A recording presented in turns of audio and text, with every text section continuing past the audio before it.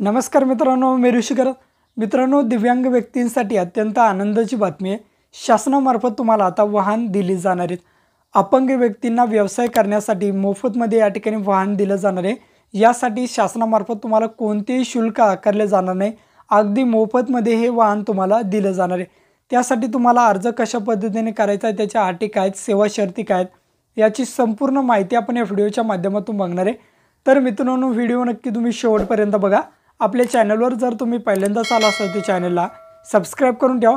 असेच नवनवीन व्हिडिओ आम्ही तुमच्यासाठी घेऊन येतो. जर तुम्हाला काही विचारायचं असलं तर व्हिडिओला कमेंट करा. व्हिडिओच्या डिस्क्रिप्शन बॉक्समध्ये टेलिग्रामचा ग्रुप दिला आहे, त्यावरती तुम्ही अजूनही जॉईन झाला नसाल तर त्यावरती जॉईन व्हा. त्यावरती डायरेक्टली तुम्ही आमच्याशी बोलू शकता किंवा तुमचे प्रश्न आम्हाला विचारू शकता. नक्कीच आमची टीम तुम्हाला त्वरित प्रतिसाद देईल. चला तर या ठिकाणी व्हिडिओला सुरुवात करूया.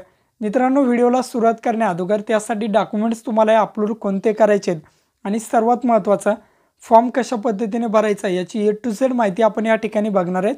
तुमचे डॉक्युमेंट अपलोड करताना व्हॅलिड आहेत की नाही हे तुम्ही चेक करायचं आहे. म्हणजेच तुमचे डॉक्युमेंटची डेट संपली आहे का नाही तर हे तुम्ही चेक करायचे, नंतरच ते डॉक्युमेंट्स अपलोड करायचे.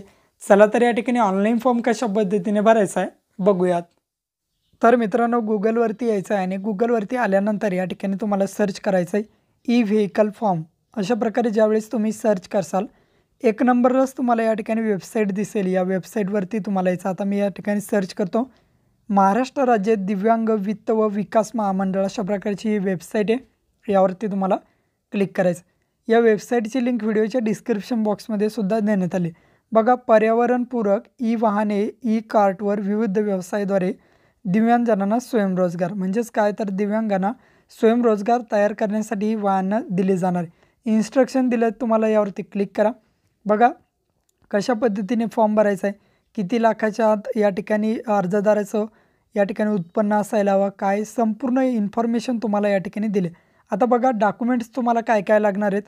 बघा, अर्जदाराचा एक फोटो लागेल, अर्जदाराची सही, जातीचा दाखला, अधिवास प्रमाणपत्र. नंतर बघा या ठिकाणी निवासी पुरावा द्यावा लागेल. तिथे रेशन कार्ड वगैरे तुम्ही लाईट बिल देऊ शकता. दिव्यांगत्वाचे प्रमाणपत्र, डिसॅबिलिटी सर्टिफिकेट, UDID प्रमाणपत्र, नंतर ओळखपत्र तुमचं, बँक पासबुक आणि अर्जदाराचे प्रतिज्ञापत्र. प्रतिज्ञापत्र मी व्हिडिओच्या डिस्क्रिप्शन बॉक्समध्ये दिले. अशा पद्धतीने तुम्हाला संपूर्ण इन्फॉर्मेशन वगैरे दिली. खाली कशा पद्धतीने अर्ज वगैरे करायचा. डायरेक्टली तुम्ही होम पेजला यायचं आहे. होम पेजला आल्यानंतर या ठिकाणी बघा रजिस्टर आणि लॉग इन अशा प्रकारचे ऑप्शन आहे. यावरती तुम्हाला क्लिक करायचं. क्लिक केल्यानंतर या ठिकाणी तुम्ही बघू शकता आपल्याला आता रजिस्टर करायचं आहे. रजिस्टर करण्यासाठी तुमचा मोबाईल नंबर या ठिकाणी टाकायचा आहे आणि सेंड OTP वरती क्लिक करायचं. तुमच्या मोबाईलवरती OTP येईल, तो OTP टाकून द्या. इथून पुढे मित्रांनो आपला फॉर्म भरायला सुरुवात झालेली आहे. दिव्यांग व्यक्तींना स्वावलंबी होण्यासाठी किंवा स्वावलंबी करण्यासाठी या ठिकाणी हरित ऊर्जेवर चालणारे पर्यावरणस्नेही मोफत वाहने या ठिकाणी वाटण्यात येणार आहे. आता बघा तुमचा फोटोग्राफ अपलोड करायचा आहे. फोटोग्राफ या ठिकाणी 10 ते या ठिकाणी तुम्ही बघू शकता 15 ते 100 KB पर्यंत JPG किंवा JPEG फॉर्मॅटमध्ये तुमची साईन अपलोड करायची. 3 ते 30 KBमध्ये JPG किंवा JPEG फॉर्मॅटमध्ये. नेम ऑफ ॲप्लिकंट, फर्स्ट नेममध्ये स्वतःचं अर्जदाराचं नाव, मिडल नेममध्ये अर्जदाराच्या वडिलांचं नाव आणि लास्ट नेममध्ये अर्जदाराचं आडनाव. परत त्याच पद्धतीने आईचं नाव टाकायचं, मदर्स नेम. फर्स्ट नेममध्ये आईचं नाव, मिडल नेममध्ये वडिलांचं नाव आणि लास्ट नेममध्ये तुमचं आडनाव. डेट ऑफ बर्थ टाका, महिना, दिनांक आणि वर्ष या फॉर्मॅटमध्ये. खाली मोबाईल नंबर दाखवले जाईल. ईमेल ID तुमचा टाकून द्यायचा आहे. नंतर जेंडर मेल फिमेल काय जे असेल ते जेंडर या ठिकाणी सिलेक्ट करायचं. डेट ऑफ बर्थ व्यवस्थित टाका, महिना, दिनांक आणि वर्ष या फॉर्मॅटमध्ये. व्यवस्थित सर्व इन्फॉर्मेशन भरून घ्या. खाली या ब्लड ग्रुप विचारला आहे. तुमचा रक्तगट कोणता असेल तो द्यायचा. आपला O पॉझिटिव्ह या ठिकाणी देऊन टाकतो. कॅटेगरी विचारली, जनरल, OBC, SC ST काय जी कॅटेगरी असेल ती कॅटेगरी द्या. आणि जर तुम्ही कॅटेगरीमधून येत असाल तर तुम्हाला नॉन क्रिमिनल प्रमाणपत्रसुद्धा तुमच्याकडे असणं गरजेचं आहे. फॉर्म भरताना तुम्हाला त्याची गरज नाही आहे, नंतर तुम्हाला ते लागेल. त्या ठिकाणी कास्ट सर्टिफिकेट तुमचं अपलोड करून द्यायचं आहे. 10 ते 500 KBच्या दरम्यान JPG JPEG किंवा PDF तुम्ही बघू शकता अपलोड झालेलं दिसेल. नंतर बिझनेस कॅटेगरी, कोणत्या कॅटेगरी व्यवसाय तुम्हाला करायचा आहे तो निवडायचा आहे. तुम्ही मग पॅसेंजर आहे की कार्गो आहे, व्हेजिटेबल आहे, तुम्हाला जो करायचा असेल तो पर्याय तुम्ही या ठिकाणी तुमच्या मनानुसार या ठिकाणी निवडून घ्या. तर आपल्याला व्हेजिटेबल्स करायचं म्हणून मी पर्याय निवडतो. मॅरिड स्टेटस विचारलं आहे, मॅरिड आहे की अनमॅरिड ते टाकायचं आहे. अनमॅरिड असेल तर बघा खालचं नाव या ठिकाणी टाकायची गरजच नाही. मॅरिड असेल तर खाली जोडीदाराचं नाव, पत्नीचे नाव किंवा पतीचे नाव टाकणे कंपल्सरी आहे. खाली या नेम ऑफ द गार्डियन, या ठिकाणी अर्जदाराचा पालक कोण आहे किंवा अर्जदाराचे या ठिकाणी पालकत्व पोषण कोण करतं आहे त्यांचं नाव या ठिकाणी टाकायचं. आई, वडील कोणी किंवा दुसरं कोणी असेल मित्र वगैरे ते सुद्धा टाकू शकतात आणि त्यांच्यासमोर कॉन्टॅक्ट नंबर द्या. नंतर खाली बघा त्यांचं रिलेशन काय, ते त्यांचे वडील आहे पालकत्व करणारे की मदर आहे, आई आहे किंवा त्यांची पत्नी आहे किंवा त्यांचे हस्बंड आहे किंवा या व्यतिरिक्त कोणी असेल तर तुम्ही अदर ऑप्शन सिलेक्ट करू शकता. अर्जदाराचे पालकासोबतचे नाते म्हणजे ते जो अर्जदाराला पोसत असेल त्याचे नाते या ठिकाणी टाकायचे. या ठिकाणी बघा या ठिकाणी वाईफ आहे म्हणून मी वाईफ टाकून देत. एज्युकेशनल डिटेल्स या ठिकाणी प्रायमरी आहे की सेकंडरी आहे का अनएज्युकेटेड आहे, न शिकलेले आहेत अर्जदार, या ठिकाणी अशा प्रकारे टाकायचं. तर आपले प्रायमरी शिकलेले आहेत म्हणून मी प्रायमरी टाकून घेतो. अर्जदाराच्या डिटेल्स बघा, ॲड्रेस डिटेल्स द्यायचे त्या ठिकाणी. Are you being a resident of Maharashtra, तर या ठिकाणी यस करायचं आहे आणि अर्जदाराचं डोमेसाईल सर्टिफिकेट तुम्हाला या ठिकाणी अपलोड करायचं. बघा मी डोमेसाईल अपलोड करून घेतो. अपलोड फाईल सक्सेसफुल अशा प्रकारे आले. करस्पॉन्ड ॲड्रेस म्हणजे सध्याचा राहत असलेला पत्ता या ठिकाणी टाकायचा आहे. व्यवस्थित पत्ता टाकून द्या. नंतर बघा खाली पोस्ट कोणतं आहे ते पोस्ट निवडा. समोर खाली तुमचं महाराष्ट्र राज्य दाखवले जाईल. नंतर डिव्हिजन कोणतं आहे, तुमचं कोणतं डिव्हिजन आहे ते निवडून घ्या. खाली डिस्ट्रिक्ट विचारलं आहे, कोणता जिल्हा तुमचा आहे तो जिल्हा टाका. खाली ब्लॉक तालुका निवडा, तुमचं गाव टाका आणि खाली पिनकोड टाकायचं. अशा पद्धतीने सर्व इन्फॉर्मेशन टाकून द्या. तोच जर तुमचा परमनंट ॲड्रेस असेल तर सेम ॲज अबव करा. वरील ॲड्रेस जसा तसा खाली ॲटोमॅटिकली येऊन जाईल. तर आपला तोच परमनंट ॲड्रेस आहे म्हणून मी या ठिकाणी टाकून देतो. व्यवस्थित पत्ता टाकला की एकदा चेक करायचं आहे. चेक केल्यानंतर परत खाली यायचं. खाली आल्यानंतर या ठिकाणी बघू शकता डॉक्युमेंट्स ऑफ ॲड्रेस प्रूफ. निवासी असल्याचा पुरावा म्हणून तुम्ही या ठिकाणी driving licence, ration card, voter card, passport, electricity bill काहीही देऊ शकता. तर मी या ठिकाणी रेशन कार्डवर टिक करतो आणि रेशन कार्डचा फ्रंट आणि बॅक दोन्ही साईड या ठिकाणी अपलोड करून घेतो. बघा अपलोड फाईल सक्सेसफुली आलं आहे. 10 ते 500 KB दरम्यान अपलोड करू शकता. नंतर बघा डिसेबिलिटी DCS, दिव्यांगाची माहिती द्यायची आपल्याला. Do you have a disability certificate, तर येस आपल्याकडे सर्टिफिकेट आहे आणि तुमच्याकडे असायलाच हवं तरच तुम्ही अर्ज करू शकता. तर मी या ठिकाणी येसवरती क्लिक करतो. क्लिक केल्यानंतर बघा डिसेबिलिटी सर्टिफिकेट या ठिकाणी तुम्हाला अपलोड करायची. 10 KB ते 500 KBच्या दरम्यान PDF किंवा JPEG फॉर्मॅटमध्ये तुम्ही अपलोड करू शकता. तर मी या ठिकाणी अपलोड करून घेतो. फाईल अपलोड सक्सेसफुली आलेलं आहे. खाली या do you have a UDID number, तुमच्याकडे UDID नंबर असायला हवा. तो तुमचा खाली बघा परमनंट आहे की टेम्पररी ते विचारलं आहे तुमचं.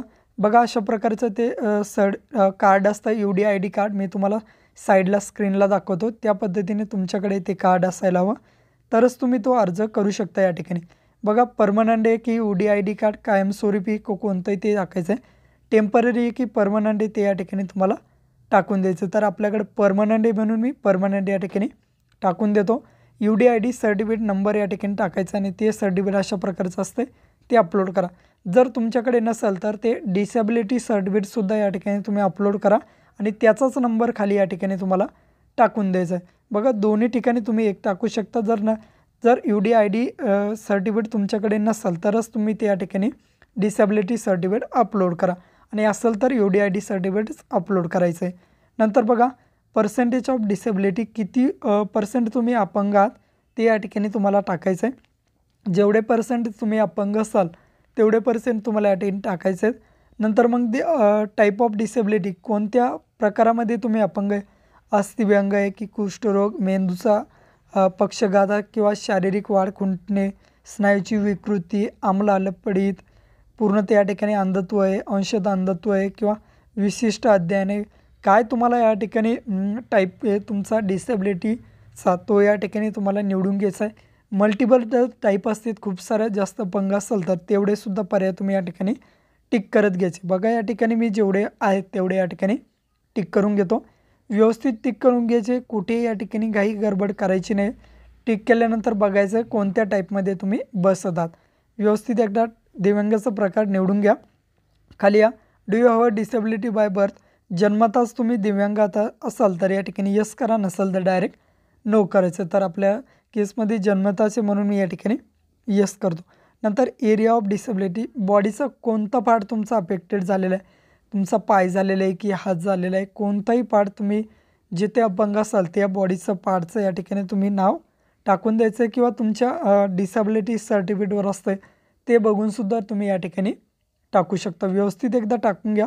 टाकल्यानंतर व्यवस्थित बघायचं आहे टाकलेलं आहे का तर आणि खाली यायचं.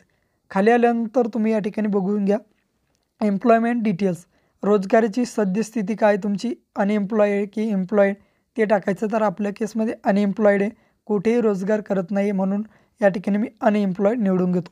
खाली या. नंतर आपण शासकीय किंवा निमशासकीय मंडळे महामंडळे यांचे कर्मचारी असाल तर या ठिकाणी तुम्हाला यस करायचं, अन्यथा डायरेक्टली नो करायचं. व्यवस्थित एकदा माहिती भरून घ्या.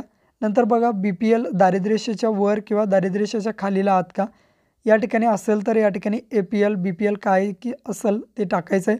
नसेल तर डायरेक्ट तुम्हाला NA ऑप्शन दिला या ठिकाणी 1 नंबरला तो निवडायचा. तर आपल्या केसमध्ये BPL आहे म्हणून मी BPL निवडून घेतो. खाली ॲन्युअल इन्कम विचारलं आहे, वार्षिक उत्पन्न तुमचं तहसीलकडील 10,000पेक्षा कमी आहे, बिलो 10K 10K to 1,00,000 10,000 ते 1,00,000 किंवा 1,00,000 ते 2,50,000 किंवा अबव 2,50,000 2,50,000च्या वर. तर आपलं 10,000 ते 1,00,000च्या दरम्यान आहे म्हणून मी 10K to 1,00,000 निवडून घेतो.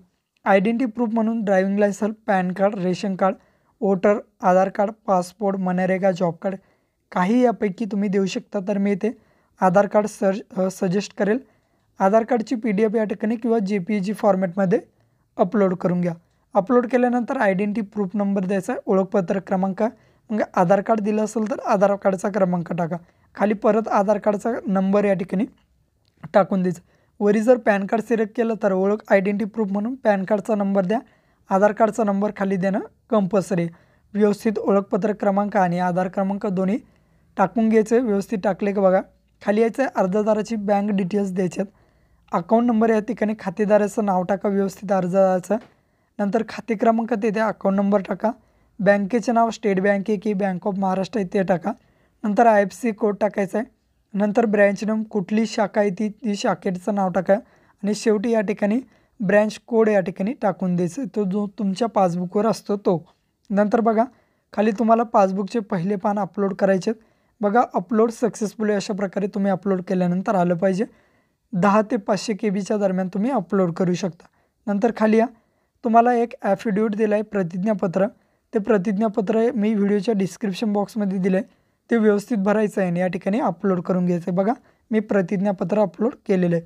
नंतर बघा तुम्ही कोणता व्यवसाय करू इच्छिता, खाद्यपदार्थ, किरकोळ व्यवसाय किंवा स्वतंत्र व्यवसाय, वाहतूक, तर आपण इंडिपेंडंट म्हणजे स्वतंत्र व्यवसाय करू इच्छितो म्हणून 3 नंबरचा पर्याय या ठिकाणी सिलेक्ट करून घेतो.